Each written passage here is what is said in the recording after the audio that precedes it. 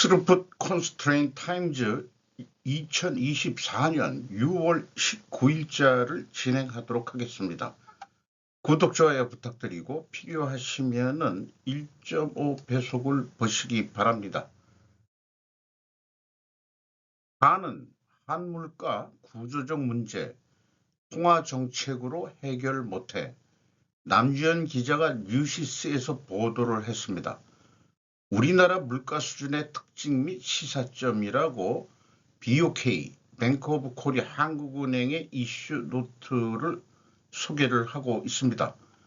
의식주 가격, 유통 개선 및 수입 확대 등 필요, 공공요금 주요국 74% 수준, 단계적 정상화해야, 이달 초 정부 공공요금 인상 자제 요청과 대조적이다. 이런 얘기입니다. 주요국보다 1.5배 높은 의류와 식료품 물가에 대해서는 유통구조 개선을 70% 수준에 불과한 공공요금에 대해서는 중장적인 시기에서 단계적 정상화가 필요하다고 제언했다. 이 의류와 식료품 물가면은 생활 물가라고 할 수 있겠죠. 이거는 좀 내려야 되겠고, 공공요금은 정상화해야 되지 않느냐. 그때그때 이런 얘기가 되겠네요. 유통구조 개선을 어떻게 해야 되는 건지 좀 정책적으로 좀 접근을 해야 되겠죠. 작성자는 박창영 한은 조사국 물가동향팀장과 임웅지 차장, 이동재 과장 및 이윤수 서강대 교수다. 이윤수, 좀 기억을 해놔야 되겠네요. 최근 인플레이션이 둔화되고 있지만 누적된 물가 상승으로 물가 수준 자체가 크게 높아졌다는 점을 꼽았다. 여기까지 정도겠고, 농산물 가격의 경우가 왜 우리가 비싸냐? 농경지 부족과 영농 규모 영세성 등으로 생산성이 낮다. 이런 게 얘기가 이 원인으로 지목이 되고, 그 생산 단가가 높고 또 유통 비용이 상당히 높은 수준인데, 과일 채소의 경우 수입을 통한 공급도 주요국에 비해 제한적이라는 점을 꼽았다. 이렇게 얘기하고 있네요. 높은 의류 가격의 원인으로는 우리나라 소비자들이 유명 브랜드 선호가 강한 데다 고비용 유통 경로 편중, 높은 재고 수준 등이 비용 압력으로 작용하고 있다고 봤다. 이 점은 제가 평상시 주장하는 건데요. 재고가 많으면은 비용 압력을 받아서 그게 이제 비용 압력이라면 결국 원가가 올라간다. 저는 그렇게 이제 얘기를 하고 있죠. 그래서 해외 의류 업체가 국내 판매 가격을 높게 책정하는 사례가 빈번하다고 그랬는데, 요즘 그 럭셔리 이런 게 또 국내에서 못 살아도 럭셔리에서 나이 든 사람들은 몰라도 젊은 사람들은 이 브랜드, 유명 브랜드 이런 것을 또 많이 선호하는 것도 현실이죠. 우리나라의 전기와 도시가스 요금은 생산 비용 대비로도 낮은 편이다. 그러니까 한국가스공사와 한국가스 전기공사 이 국민에 대한 인기 정책으로 가격을 통제하지 말고 그때그때 현실화해라. 이런 거로 이해가 됩니다. 어쨌든 구조적인 측면에서 해법이 필요하다. 이렇게 얘기를 하고 있고, 공공요금을 단계적으로 정상화해야 한다. 그 대신 취약계층에 대한 선별 지원도 병행할 필요는 있다고 했다. 그리고 결국 공공서비스 적자를 계속 놔두면 투자가 잘 안 되고 서비스 질도 낮아지고 이런 것도 있지 않겠냐. 이런 것은 현 세대가 아닌 나중에 결국 올리게 되니까 미래 세대가 갚아야 하는 세대 간 불평등 문제가 있어 정상화해야 한다. 평상시 요즘에 그 슬픈 뉴스 하면서 저도 이런 개념으로 많이 그 얘기를 했는데 좀 어떻게 그 생각이 같네요.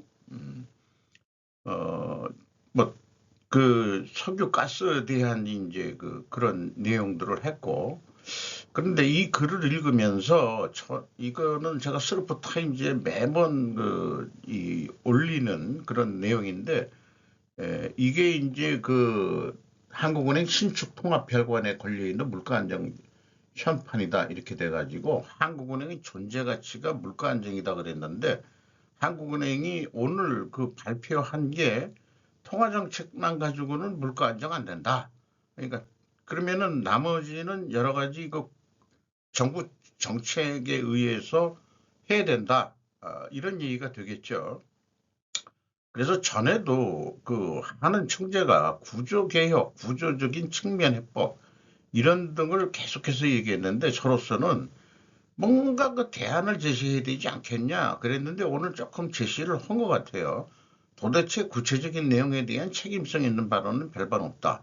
농산물은 기업형 대량 생산해야 한다든지 아니면은 도시농업 같은 거를 하는데 대기업이 빌딩형 수경재배를 한다든지 그 수경재배가 사실 그래도 단가가 싸질까 모르겠습니다만은 농경지가 부족하다니까 의류는 동대문 의류상가 같은 데는 엄청 싼데 뭐 짝퉁도 있고 그렇지만은 또 거기에서 소비되는 것도 많습니다. 어쨌든 의류를 지금 의류하고 식료품 가격 두 가지를 들고 나왔어요. 어, 이- 그런데 이제 우리가 식당 가격 뭐 이런 물가 뭐 예를 들어서 뭐 짜장면이 이제 대표적인 거죠. 이런 것들 요즘은 500원 단위로 가격이 인상이 안 됐고 1000원 단위로 가격이 오르는데 근데 싼 데 찾아다니면은 500원 단위로 올리는 데가 있고 진짜 그런데 찾아다니는 게 재미를 느끼는데 10% 올렸는데 3,000원짜리 하던 짜장면을 10% 올렸는데 3,300원을 받아요. 그러니까 아직도 100원짜리 동전이 필요하게 만들어주는 업체 아니 식당이 있습니다. 우리 같은 사람들은 그런 데 찾는 게 또 재미가 있어요. 어쨌든, 여기서 제가 좀 제안하고 싶은 게, 일본의 잃어버린 30년 디프레이션 경제에서, 버틴 노하우도 연구 검토할 생각은 못 해봤느냐, 이런 얘기를 하고 싶습니다. 물론, 일본이 국채 발행 이런 등등으로 그다음에 이제 제로금리 이런 거로 버텨왔는 거는 다 알고 있는데 물가들이 계속 한 30년 동안 안 오르고 있었죠. 물론 월급도 안 오르지만은 이런 등등도 좀 같이 좀 얘기 좀 했으면 어떨까 해요. 그래서 조금 비판적인 얘기지만은 한국은행의 존재 가치의 최우선은 물가 안정, 통화 정책 말고는 없는가? 금융감독원만이 아니라 직접 산업통상자원부 등 각 행정부와 행동할 대책은 이거 좀 너무 요거 작성할 때 좀 약간 격했던 모양이죠. 책상에서 머리만 굴리지 말고 물론 한국은행도 그 현장에서 뛰시는 분들이겠죠. 물가팀 뭐 이런 데들이 작성할 때 하고 약간 틀립니다만 저건 책상머리만 굴리지 말라고 얘기하고 싶을 정도예요. 그런데 조금 늦게 뉴스 보도가 나왔는데 이창용 물가 상승률 예상대로 둔화 목표 수렴 아직 확인 중이다. 아, 이런 얘기를 발표를 했어요. 이게 보통 이제 분기 말에 좀 하는 것 같습니다. 민선희 기자가 연합뉴스에서 보도를 했습니다. 기준금리 의견 많지만 금통위에서 독립적으로 결정하겠다. 정부가 이래라 이렇게 표현하는 것은 정부가 이래라 말라고 간섭을 하지 말란 얘기죠. 인플레 둔화 체감 안 되는 이유는 높은 생활비 수준 탓이다. 이 총재는 성태윤 대통령 정책실장이 지난 16일 방송 인터뷰에서 금리를 인하할 수 있는 환경이 되고 있다고 평가한 데 대해서도 언급했다. 다른 여러분의 금리에 대해서 말씀하시는 것에 대해 다양한 의견을 듣고 있다며 독립성이라든지 그런 문제가 있다고 보지는 않는다고 말했다. 협의해서 잘 하겠다고 얘기는 하지만 사실은 말을 빙빙 돌리지만은 야, 그게 너희들이 전문가야? 대통령실이 전문가야? 그런 거 아니잖아. 좀 참고는 하겠는데 압력 주지 말라 이런 뜻으로 들립니다. 하나는 물가 목표 수렴에 대한 더 큰 확신을 위해서는 농산물 가격과 국제유가 움직임, 기업의 가격 인하 확산 정도, 내수 흐름 등을 좀 더 지켜볼 필요가 있다고 강조했다. 어쨌든 저는 미국이 금리를 내리기 전에는 우리나라도 내려서 유럽이 먼저 내렸다고 그러지만 못 참고 상황을 더 좀 봐야 될 것 같아요. 제가 아마 그 이창용 그 총재 속마음이 이런 게 아니겠느냐. 못하는 영어지만은 한번 영어로 표현해 봤습니다. It's not consumer prices. 소비자 물가가 중요한 게 아니다. It's the living cost stupid. 문제는 생활 물가야, 생활비야, 바보야.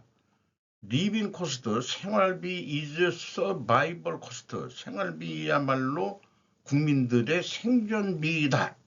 이렇게 얘기를 하는 거 아니냐 이거죠. 그래서 이번에 소비자 물가 대신에 생활 물가 얘기가 좀 이슈를 생활비라고 했는데 생활 물가라고 얘기할 수도 있겠고 생활비라고 얘기할 수도 있겠고 어쨌든 이 소비자 물가는 prices라고 번역이 될 수 있겠고 생활비는 코스트다. 이렇게 또 그 얘기를 할 수 있을 것 같습니다. 그래서 그 계속해서 연이어서 금리를 이거는 뭐 제 생각이고 아울러 이 총재는 이날 우리나라의 생활비 수준이 높은 탓에 국민들이 물가 상승률 둔화를 체감하기 어렵다. 그러니까 피부로 느끼는 물가는 엄청 오른 것 같은데 발표하는 소비자 물가는 뭐 내려가고 있다 이렇게 얘기하니까 무슨 통계가 무슨 뭐 못 믿겠다 꾀꼬리 이렇게 나오는 거죠. 여기에 뭐 향후 물가 경로와 주요 리스트라고 정리를 했는데 뭐 상방 리스크, 하방 리스크 이렇게 어려운 용어들을 왜 쓰나 모르겠어요. 저건 여기 뭐 이렇게 정리를 했어요. 인플레이션은 통화 정책으로 대응할 수 있지만 다른 나라에 비해 높은 생활비 수준은 통화 정책만으로 해결하기 어렵다라고 다시 한번 강조하고 다른 나라에 비해 높은 생활비 수준을 낮추기 위해 어떤 구조 개선이 필요한지 고민해 볼 때가 이제 됐다. 좀 심각한 얘기예요. 그죠? 하나는 과도하게 높은 필수 소비재 가격을 안정시키기 위한 방법으로 공급 채널 다양화, 유통 구조 개선, 공공 서비스 공급 지속 가능성 확보 등을 제안했다. 자기네들은 제안을 좀 하는데 이 일은 정부가 하는 거니까 물가 수준을 분석하고 어떤 구조 조정이 필요한지 의견을 낸 것이라며 어떤 정책을 취하고 어떤 속도로 정책 변화를 시킬 것인지는 정부의 역할이라고 부언했다. 행동은 그렇죠. 한국은행은 브레인 역할이고 금리 가지고 조정을 하는 거고 그렇다고 본다면은 그래서 일본은 엔저가 문제인데 역시 통화 정책만으로는 안 된다는 뉴스가 눈에 띕니다. 이것은 일본 쪽에서도 엔저가 문제인데 일본은행의 그 역시 통화 정책 지금 현재로서는 국채 발행을 제한하겠다. 이 일본 재정을 좀 긴축 재정을 가야지 국채 발행해가지고 자꾸 돈을 쓰고 그러는 거 한계가 있지 않느냐. 일본은행은 운신의 폭이 우리나라보다도 지금 엄청 좁은 거로 돼 있어서 일본은행 총재가 지금 나이가 많이 드신 분인데 경제학자 출신이고 허구없는 사진 찍히는 거 보면 아주 고뇌의 얼굴을 하고 있습니다. 그리고 금리를 내리면은 생활 물가는 더 오라갈 확률이 높다고 보겠죠. 네, 그렇게 되겠습니다. 그러니까 금리를 쉽게 내리기도 한국은행이 어려울 것 같아요. 우리 생활에 매우 그 중요한 얘기이기 때문에 좀 얘기를 길게 해봤습니다. 국가 부채 급증에도 위기감은 무뎌지는 이유. ESF 2024 이게 뭔가 나중에 봤더니 2대1리 스트래테지 포럼이에요. 2대1리 전략 포럼 이렇게 돼 있어요. 박경홍 기자가 2대1리에서 보도했습니다. 이철인 서울대 경제학부 교수가 발표 내용인데 유럽 부채 유연성 보여지만은 한국은 계속 상승하고 있고 2060년 복지지출 GDP 30% 감내 못할 지경, 유연한 재정정책 필수, 국회에서만 맡겨서는 안 돼. 이런 얘기고 재정을 정치적 경쟁을 통해 쟁취할 수 있는 재화의 영역으로 보고 있다고 생각한다. 재정을 국회의원들이 이렇게 생각하고 있다는 얘기예요. 저출생 고령화로 인해 부채 전망에 비해 사람들의 위기감은 오히려 점점 무감각해지고 있다고 경고하고 부자가 되려는 열망과 부동산에 대한 부가 많다는 인식, 국가 재정을 정치화하려는 욕구, 복합적으로 영향을 미쳤기 때문이라고 진단했다. 한국은 위기가 있건 없건 간에 계속해서 상승하는 패턴이 나타난다. 이 정부 그 재정이요. 한국은 그 국내 총생산 대비 부채 비율이 2013년 37.7%에서 꾸준히 늘어 지난해 50.4%를 기록했다. 문제는 향후 고령화가 이어지면 급격한 복지 지출 증가로 재정 부담이 굉장히 커질 수 있다는 것이다. 증가하는 재정 지출은 자산 시장에 흘러가 거품을 만들고 결국 청년 세대에 고통을 준다고 판단했다. 그리고 지방 재정도 개혁이 필요하고 인구 감소와 따르게 재정이 계속 높게 지출이 되고 있는데 경제 전체의 움직임에 맞게 지방 상황에 맞게 바꾸는 노력이 필요하다고 전했다. 이거를 간접적으로 얘기하면 우리나라 지방자치제 저는 없애야 된다고 생각합니다.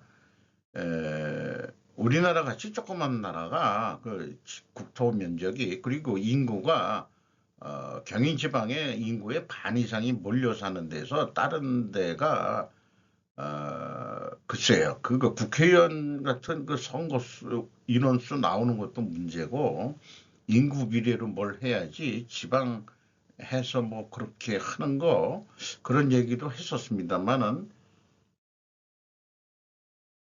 지방자치 없애자고 다시 하는 거는 강권 정치하기 전에는 어려울지는 모르겠습니다만은 야당들이 다 반대하겠죠. 돈을 어떻게 해서든 뜯어가지고 뭐 인구도 별로 없는 데서 자기 정치 생명을 유지해야 되니까 그런 생각까지 연결해서 생각하게 되네요.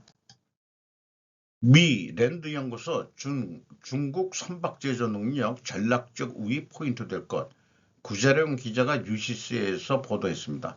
미사일 순양함 타입 055 구축함도 실적 보유, 조선미 빠른 손실복구 능력이 전쟁 지속 시 전략적 이점. 그래서 뭐 쭉 얘기했는데 미국보다 더 빨리 전투 손실을 복구할 수 있다는 것을 의미한다. 그리고 그 싱가포르의 S 라자라트남 국제학대학의 콜린코 선임연구원은 필요하다면 중국의 조선소를 파괴해야 할 것이라고 강조. 호주 전략정책연구소의 수석 분석가인 말콤 데이비스는 대만의 우발 사항은 부분적으로 미국이 감소하는 조선 능력을 되살릴 수 있는지에 달려 있다고 말했다. 근데 이미 많은 뉴스가 나왔지만은 미 해군 장관이 와가지고 한국 조선소 둘러보고 미국의 조선소하고 노는 데가 많은데 와서 인수를 해서 좀 운영 좀 해달라. 유지보수부터 시작을 해서 그래가지고 우리나라 현대중공업은 그 필리핀의 그 한진중공업이 떠난 그 자리를 임대를 해가지고 지금 선박수리 그런 작업을 거기서 한다는 거죠. 아마 미군 군함도 거기서 지금 수주해가지고 하고 있는지 여부는 국가 비밀이니까 얘기할 수는 없을지 모르겠지만 하고 있는지도 모르죠. 그렇게까지 한국의 그 조선 동력이나 이런 걸 하는데 문제는 미국에 가서 조선소를 운영한다 하더라도 인력 공급이 문제겠죠. 그렇게 생각이 듭니다. 이건 중국에서 얘기했는데 미사일 순양함이라고도 불리는 구축함이다. 그러니까 뭐 구축함과 순양함의 차이 저는 잘 모르지만은 저간 그 공격하는 그런 능력이 더 센 거, 이런 그 상위 가판도 있고 뭐 대포도 있고 뭐 그러지만은 여기에서 미사일 뚜껑 열리면 미사일이 올라오고 뭐 그런 거 같기는 해요. 어, 방북 내심 불쾌한 중국 원칙적 환영 표정 관리. 푸틴의 그 북한 방문이 어저께 그 오기로 했는데 뉴스들이 늦게 나오는 걸 보니까 뭐 러시아에서 일정이 뭔가 지연이 돼서 지금 뭐 늦게 출발한다, 그렇게 돼 있는데 원래 일찍 오는 경우가 없다며요. 푸틴이 김정은이가 엄청 기다리고 기대를 하고 있는데 오늘 뉴스가 어떻게 나오는지 잘 모르겠습니다. 중국 북러 관계 강화 원칙적으로 환영, 비관영 매체 통해선 북러 관계 과열을 또 지적하고 중국 북러의 긴장 고조 행위 우려할 것, 이렇게 얘기했다는 거예요. 그러니까 비관영 매체에서는 기분 나쁘다 또는 너무 과열되면 곤란하다 이런 얘기를 하고 있는 거죠. 중국의 대한반도 영향력 약화를 야기할 수 있는 북러 간 거래가 내심 불쾌하기 때문이다, 이렇게 얘기해 있고, 중국 매체 북러 군사관계 과열 이례적 비판, 북러 밀착 제어 못하는 중국 절제된 환영, 이렇게 표현을 했습니다. 그런데 18일, 19일 서울에선 한국과 중국의 외교 군사 고위 당국자가 참여하는 한중 외교안보 2+2 대화가 9년 만에 재개됐다. 옛날에 했던 것 모양이네요. 한중일 정상회담이 열리면서 이런 것도 합의를 했던 모양이죠. 그러니까 외교부장과 안보장관 두 사람이 모여가지고 어떤 얘기들을 했는지 뉴스 보도되는 거는 아직 없습니다. 견제하려고 이런 것도 날짜 맞춰서 하는 거 아니냐. 미국, 중국, 푸틴 당국의 속내 복잡, 첨단 기술 이전 원치 않아, 임선연 기자가 중앙일보에서 보도를 했습니다. 18일 미국의 소리에 따르면 중국은 러시아가 북한에 미사일 관련 첨단 기술을 전달하는 상황은 바라지 않으면서 등등, 또 지나친 밀착의 일종의 경고성 메시지고 있다는 해서 그 크렘린궁은 18일에서 19일 북한을 방문한다고 또 밝혔고, 이런 얘기인데 이런 뉴스를 보면서 요거는 제가 작성을 해본 건데요. 트루키에는 이 동서진영이 나눠 있는 딱 중간에 그 어떤 지정학적 지리적 반도 국가로서 우리나라보다 큰 반도죠. 여기에서 우리말로 속된 말로 양다리를 거치면서도 뭔가 자기 역할을 힘이 있어요. 그런 거를 해 나가는 거는 인정이 되는데 우리 한반도는 이게 튀르키예는 자기네들이 끊겨져 있지가 않지 않습니까? 우리는 여기 휴전선로로 끊겨 있어가지고 이렇게 분리가 되어 있는, 과거로 한다면은 중국과 러시아의 그다음에 그 세력과 공산 세력과 그다음에 자유 세력 간의 경계선이 우리나라 휴전선이라고 보는 거죠. 그러니까 터키처럼 반도 자체가 우리가 다 통일이 돼 있는 것도 아니기 때문에 만약에 통일이 돼 있다면 튀르키예처럼 할 수 있는지는 모르겠어요. 그 대신 이제 그렇게 되면은 이렇게 경계선이 빠지고 또 이렇게 빠지는데 그러면은 과연 그럴 필요가 있을까 하는 생각이죠. 지금으로서는 어, 이게 확실히 그 한미일 동맹 쪽에 서야 된다는 게 현재 그 관점인데 지금 북한에서는 변화가 일어나고 있는 거죠. 북중로였는데 지금 따로 생각해 볼 필요가 있을 것 같아요. 중국 대 러시아라는 대립 개념이 있고 러시아 대 미국이라는 대립 개념이 있을 것 같습니다. 그리고 이 현재로서는 미중 전쟁인데 여기에서 그 틀을 봤을 때는 지금 이 경계선이 맞는데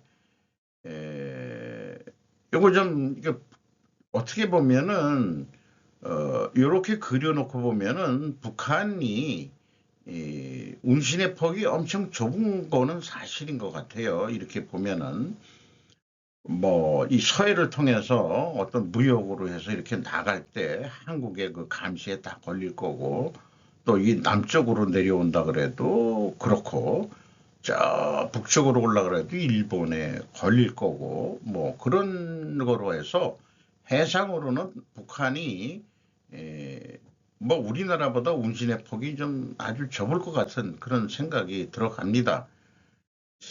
그런데 미국은 중국과 러시아를 동시에 상대하는 거지만은 그렇다면은 제 생각에는 이적도 그려고 보니까 두 군데를 동시에 미국이 하기에는 버겁다 한다면은 분명히 대통령이 바뀐다면은 러시아와 미국 관계를 우호적으로 바꾸는 전략을 쓰지 않겠느냐.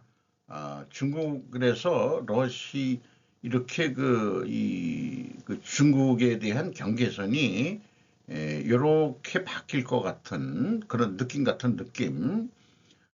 그런 상황인데도 그런데도 한국이 다시 친중 행보를 한다면 저는 이게 한국 버리진 않겠지만은 아주 문제가 좀 엄청 생기겠죠? 네, 생길 것 같습니다. 미국 경제가 실업률을 급증시킬 기업 파산 사이클로 접어들고 있다고 베테랑 예보관이 말했습니다. 자, 미국이 인플레이션의 그 금리를 아직 못 내리고 있고, 그 다음에 일자리도 많이 늘었다고 운운하고 막 그런 뉴스만 왔는데 이게 뭔 일이냐?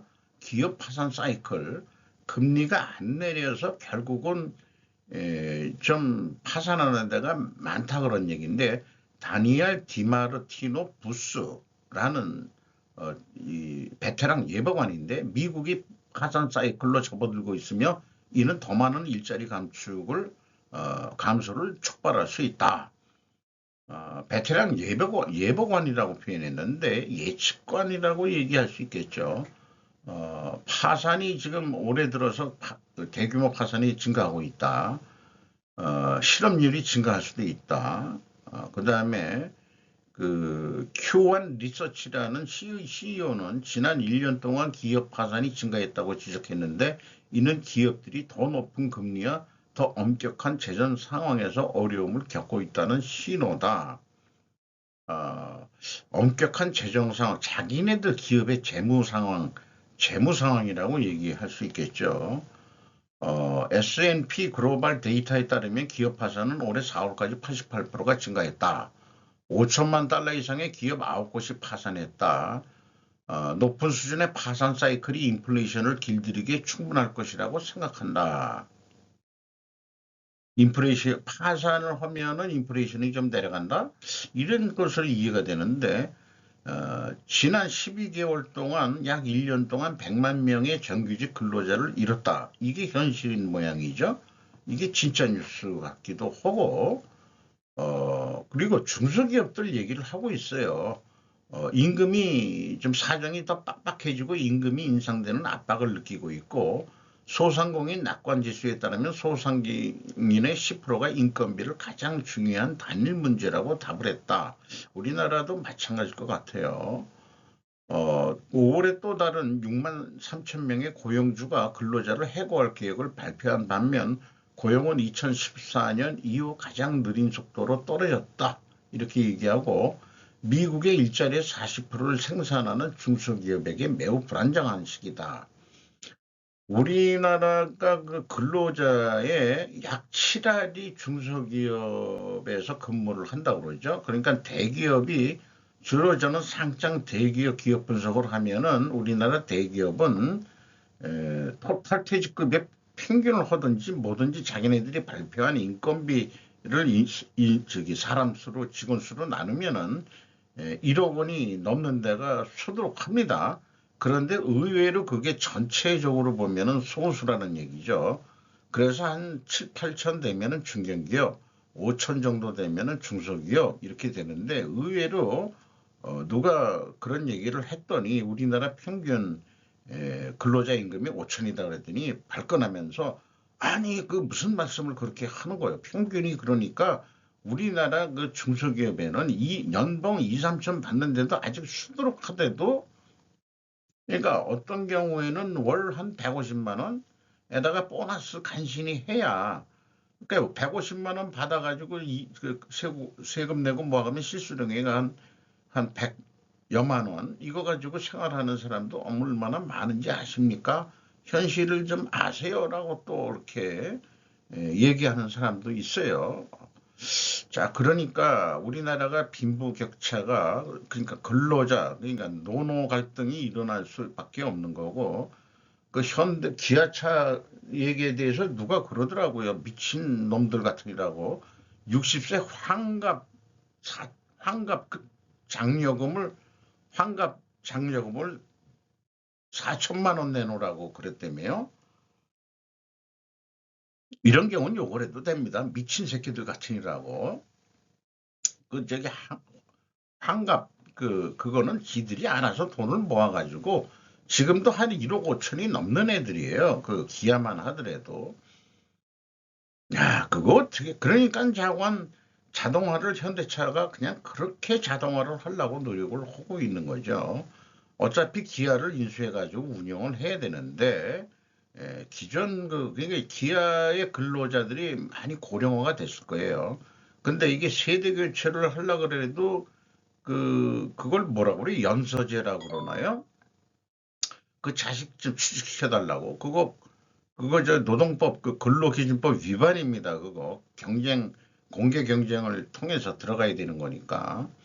근데 현실에서는 누구 압력이 있고 그다음에 누구 그 의뢰 부탁이 있고 뭐 이런 사건이 있을 수 있겠죠. 영구 인플레이션으로 경제 쇠퇴 확실. 왜 일본은 막히고 있는가? 야마다 준이라고 뭐 경제인이라고 돼 있습니다. 경제평론가. 이러다 파탄 국가로 전락한다. 혈방 현재 막힌 상황이다. 움직이지 않는다가 아닌 움직일 수 없는 일본 은행이라고 얘기하고 결국 그 결정한 것은 국채 매입을 강행할 방침을 얘기했는데 또 금리 인상은 엔저 시정, 인플레이션 시정은 연기된 것이다. 그 다음에 엔화 약세 인플레이션에 대처하려면 금융 완화를 그만두고 금리를 올려야 한다. 하지만 국채 잔액이 너무 커서 그럴 수가 지금 없다 이게 금리를 못 올리는 게. 그러면은 정부가 그 재정 가지고 또 금리를 또 갚아야 되니까 국채 보유 잔고가 6월 10일 현재 약 584조 엔, 무려 GDP의 거의 100%다.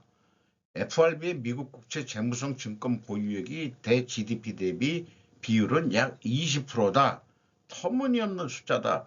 그러면은 이거를 미 국채를 좀 다 팔면은 안 되냐 이런 얘기했다가 이 일본 정치인이 어, 그 사람 망했다고 그래요. 뭔가 이 작전에 그거 지금 팔 수도 없답니다. 그거 미일 관계 때문에 장리금리 올릴 경우 무슨 일이 벌어질까? 일드 커브 컨트롤을 철폐하고 마이너스 금리 정책을 풀었다. 3월에 결국 장기금리 10년물 국채의 이율 요것이 올라가고 국채의 시장 가격은 하락했다. 국채 금리가 올라가면은 시장 가격은 하락해서 손해를 본다 이런 얘기죠. 금리 상승 가장 곤란한 것은 일본 정부다. 예산 재원의 30% 정도를 국채 발행으로 충당하고 있기 때문에 또 빡빡해질 거다 이런 얘기죠. 쓸 돈은 많은데 정부가 금리 1%포인트가 올리면 이자 지급비는 매년 1조 원씩 상승한다 이렇게 소개를 하고 있고 앵화 약세의 진짜 원인은 국채 대량 발행이지 금리가 아니다라고 이 사람은 주장을 하고 있습니다. 아베노믹스가 가속시켰다. 그리고 일본은행을 그 독립성을 그 소홀히 했다. 아베 신조가. 그래서 뭐 자기네들 하나의 그 조직이나 주식회사나 마찬가지다. 정부 주식회사 이렇게 표현을 했었죠. 2012년 당시 달러에는 약 83행이었지만 이때는 뭐 일본 가기가 어렵고 물가도 우리나라 돈으로 그 값 하려고 그러면은 매우 비싸가지고 일본 여행 가기가 쉽지가 않았었습니다. 지금은 약 158행, 앵화가 달러의 약 2.5배나 발행되니 싸지는 것은 당연한 이치이다. 아, 투기꾼이라 해도 합리적인 시장 플레이어, 투기꾼에게 맛있게 드세요라고는 일본은행의 보증금이다. 이렇게 필요까지 표현까지 하고 있습니다. 어쨌든 지금 쭉 얘기를 하는 거 보면은 최근에 그 아르헨티나 초긴축에 대해서 얘기가 나왔는데 일본이 아마 그래야 되지 않겠냐. 초긴축 재정을 해라. 이런 얘기를 그 전개하고 있습니다. 이런 상황에서 여야 정치인들이 이 위기를 언급하지 않고 정쟁을 벌이고 있다는 점이다. 그 우리나라 여야 정치인 새끼들하고 똑같은 거를 지적을 하고 있는 거죠. 아니, 우리나라 재무 그 부채는 아직 뭐, 그 50% 선이라고 하지만은 50%도 부담이 되는 거죠. 까놓고 얘기해서. 정말 해야 할 일은 초긴축이다. 이렇게 얘기하죠. 아르헨티나 그 무슨 대통령, 그 엘비스 프레스 머리같이 한 그 대통령, 밀레이 대통령이라고 했던가 잊어버렸는데, 지금 해가지고 너무 초긴축으로 나가니까 지금 뭐 국민들이 시위를 하고 또 자기네들이 뽑아놓고 1년도 안 돼서 시위를 벌이고 폭력 시위까지 벌이고 그런 뉴스까지 있었어요. 통증을 수반하는 경착륙이다. 그러니까 이거를 그 제가 쓰는 말로 이 니복말로 그 고난의 행군, 허리띠를 절라매고 고난의 행군을 일본이 더 지금 30년 동안 했는데 또 하라 그런 얘기죠. 아주 미쳐 죽을 지경일 거예요 아마. 국민이 깨어나는 종말의 날이 온다. 일본에는 더 이상 가지고 있는 것을 위험하다고 생각하기 시작해 그것을 달러나 실물 자산으로 바꾸어 냈을 때다. 또 인플레이션이 멈추지 않으니 현금은 위험하다며 금융기관에 맡긴 돈을 한꺼번에 인출하기 시작했을 때이다. 뱅크럽이라고 얘기를 하더라고요. 즉 이것은 심리 게임이다. 대다수의 국민이 이 심리 상태가 되는 것은 달러엔이 얼마 되었을 때인가 혹은 인플레이션이 몇 프로가 되었을 때이냐 아무도 현재 모른다. 일본 국민이 그렇게 은행에서 돈을 다 빼고 지금도 뭐 개인 금고로 가지고 있는 게 뭐 태반일이지만은 재무성은 HP에서 이게 뭐의 약자인지 자국 통화 표시 국채로의 디폴트는 없다라고 하는 한편 재정 적자를 문제시해 재정 규율은 견지해야 한다라고 상반되는 것을 계속 그러니까 말로는 재정 규율을 뭐 이런 얘기를 하면서 이렇게 되는데 이렇게 국민한테 제대로 가르쳐주지 않으면 종말의 날 둠스데이는 의외로 빨리 올 것이다 라고 그 참 걱정 어린 그런 의견을 기고를 했네요. 미중 경쟁 판에 끼이는 일본 기업, 영국지가 보도, 일본은 중국 없이는 못 산다. 코리어 저펀에서 얘기하는데, 뭐 거의 우리나라도 그 마찬가지죠. 미중 경제 판에 끼이는 일본 기업, 미중 전쟁 중 판에 끼이는 한국 기업, 그렇게 됐는데 쭉 얘기를 해서 무슨 얘기는 알겠어요. 그런데 내용을 읽어보면은 미 친선 미쓰비시 도요다 해가지고 그 도요다 같은 경우에 그 미국 노스캐롤라주에 뭐 공장 세우고 그 80억 달러 투자하는 대가로 수억 달러 규모의 세제 및 인프라 혜택을 제공을 받고 있고 뭐 등등 해가지고 지금 해 나가고 있다 그런 얘기예요. 보도 내용인지 즉 결국 중국 철수 미국으로 간다이다 이게요. 그러니까 일본은 중국 없이는 못 산다 이렇게 표현했지만은 살라고 미국으로 간다. 우리도 간다. 중국에서 SK 같은데 빨리 빠져나와야 되는데 어떻게 될지 모르겠습니다. 도요타 사장 인증비리 사과 주주총회 도요타 회장 선임 승인 이 인증비리 사건이 있음에도 불구하고 이 도요타 그 회장 과 사또 사장 등 10명의 이사 선임이 주총을 통과했다는 얘기예요. 그렇게 그 큰 사건이 있었음에도 불구하고 미 의결권 행사 좋은 회사 크레스 루이스 등은 부정에 대해 2009년 6월부터 도요타의 경영톱을 맡아온 도요타시의 책임이 있다라고 지적, 도요타시의 재임에 반대하도록 주주에게 권장하고 있었음에도 불구하고 주총에서는 다 기존 사장과 회장 오케이 했다는 거예요. 미국은 중고차에 대해서는 관세 폭탄을 사용하지만 안보 동맹국인 일본에 대해서는 인증시험 부정을 들고 나왔다. 그래도 도요타 차가 미국 시장에서 팔리겠지만 충격은 있을 것이다.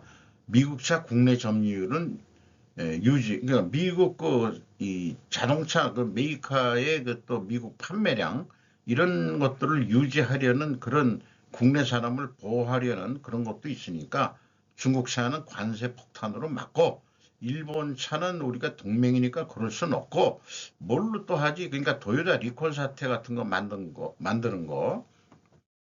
옛날에 또 폭스바겐도 뭐 배기가스 인증 시험 뭐 이렇게 했는데 이게 내부 신고에 의해 가지고 내부 고발에 의해서 공개가 됐다는데 이런 경우에 이제 음모론이 나올 수 있죠. 음모론이.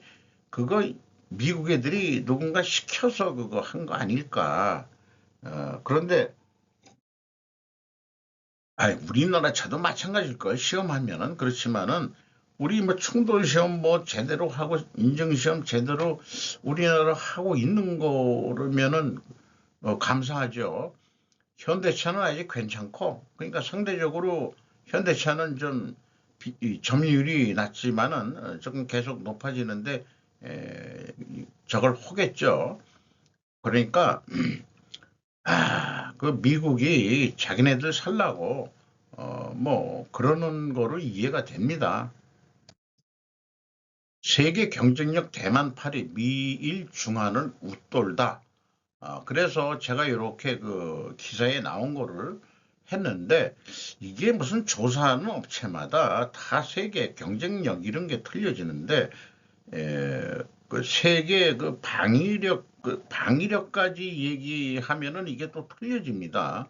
스위스의 비즈니스 스쿨 경영개발연구소가 공표한 했는데 경제 상황, 정부 효율성, 비즈니스 효율성, 인프라 지표의 학계 등급을 매기는데 이게 국방 안보 이런 세큐리티 이런 거까지 들어가면은 우리나라가 6위래매요. 그런 거 따지는데 지금 한국은 22고 일본은 38이고 미국이 12이고 중국은 14이고 나머지는 다 자기네들 유럽 애들로 대부분 채웠어요. 아니 물론 싱가포르가 1위라고 돼 있고 어쨌든 이런 거를 대만 입장에서는 타이페이 중앙사가 또 보도를 일본판으로 보도를 안 할 수가 없죠.